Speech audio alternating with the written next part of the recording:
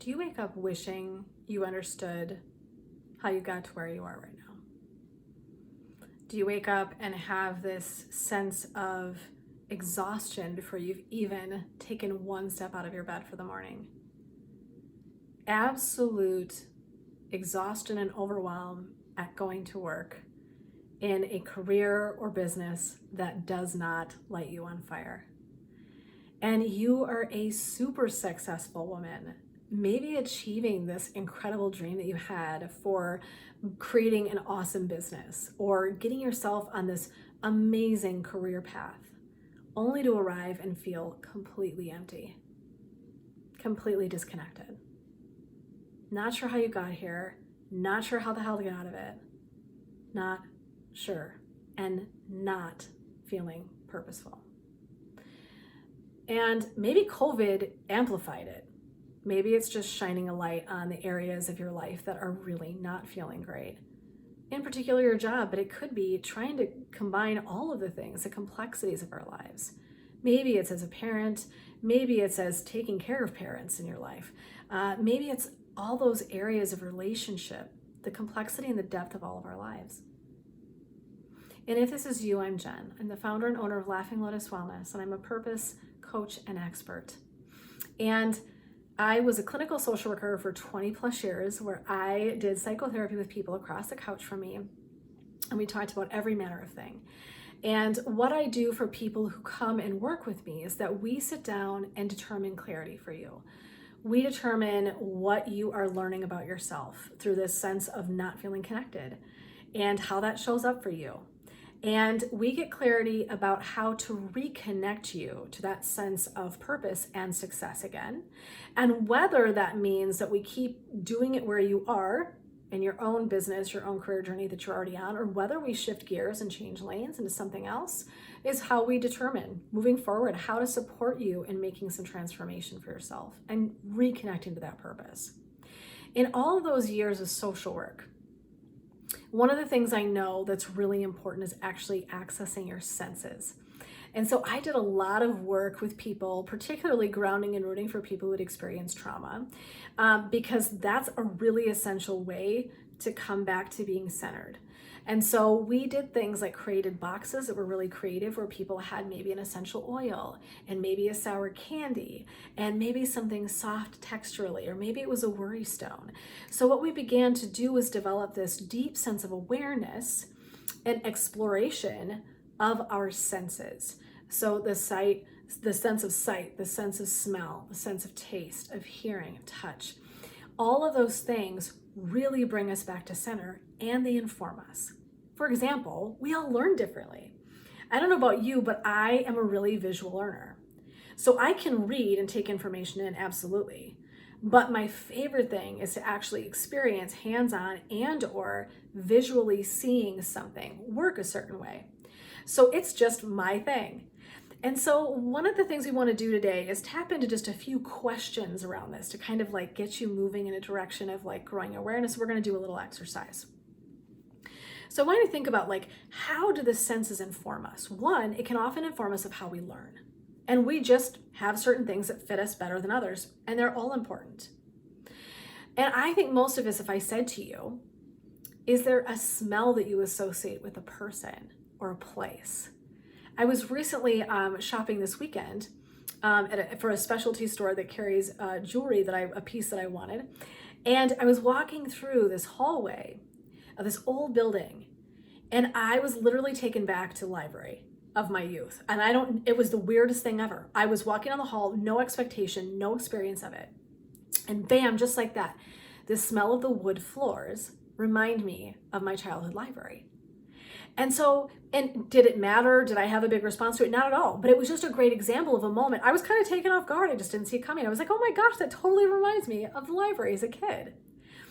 And so we know we store, our senses help us store information, both good and bad. So a sense of smell is a really common way to associate something. I literally wore a perfume so long as like a late teen and early 20s kind of young woman that people would literally, if they smelled it somewhere, they go, I smelled you today, which sounds really creepy. But like, they were like, I literally smelled you today. And people so commonly associated that scent with me that they could smell it elsewhere and think of me. That is how our senses show up. And so it's really powerful to think about, how do our senses inform us? How can I explore that? And I really invite you to explore this, all the layers of sense and how they show up for us. And eventually want to move beyond that, even into something even bigger than that, that extrasensory idea, right? If I defined explore as expanding the extrasensory perception leading onward to reawakened experiences, then we know that we're tapping into the senses to do that journey, right? Our perceptions. I perceive things happening in my body. I perceive things happening on a sensory level. I can smell it. I can hear it. Hearing is incredibly profound, right?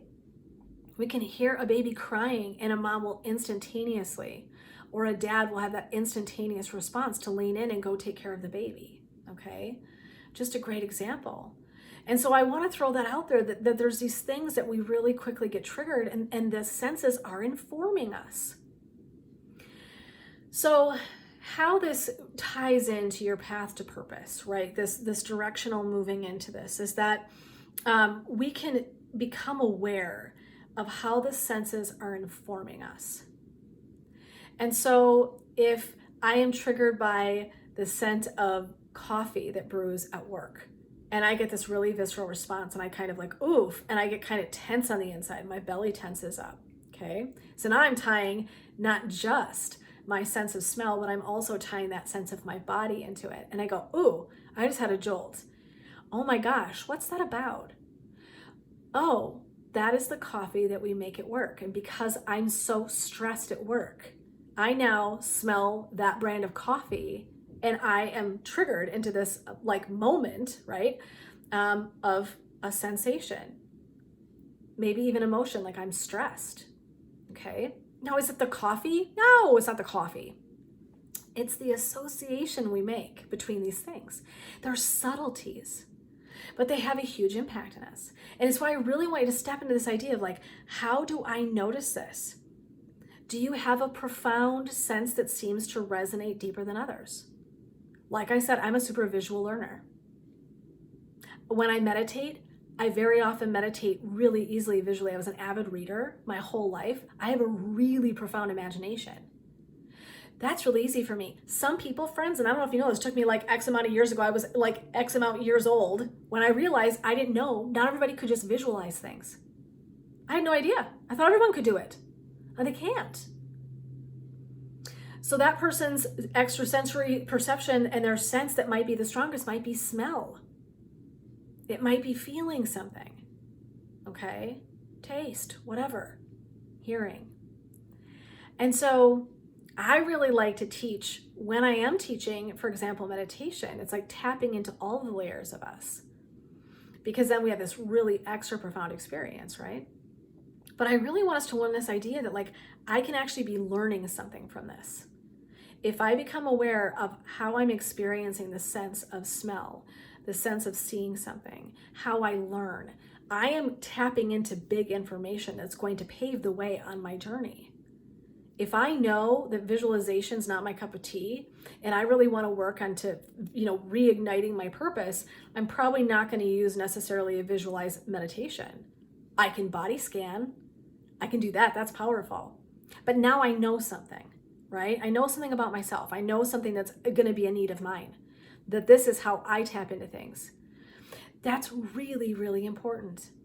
And it's also profound to layer things, right? So layering those senses also helps our journey, which is one of the ways that I coach. It's by incorporating these layers of our senses and our layers of our journey and layers of healing modality, right? It's like a layered cake. And the more we have, the more better, right? The more better.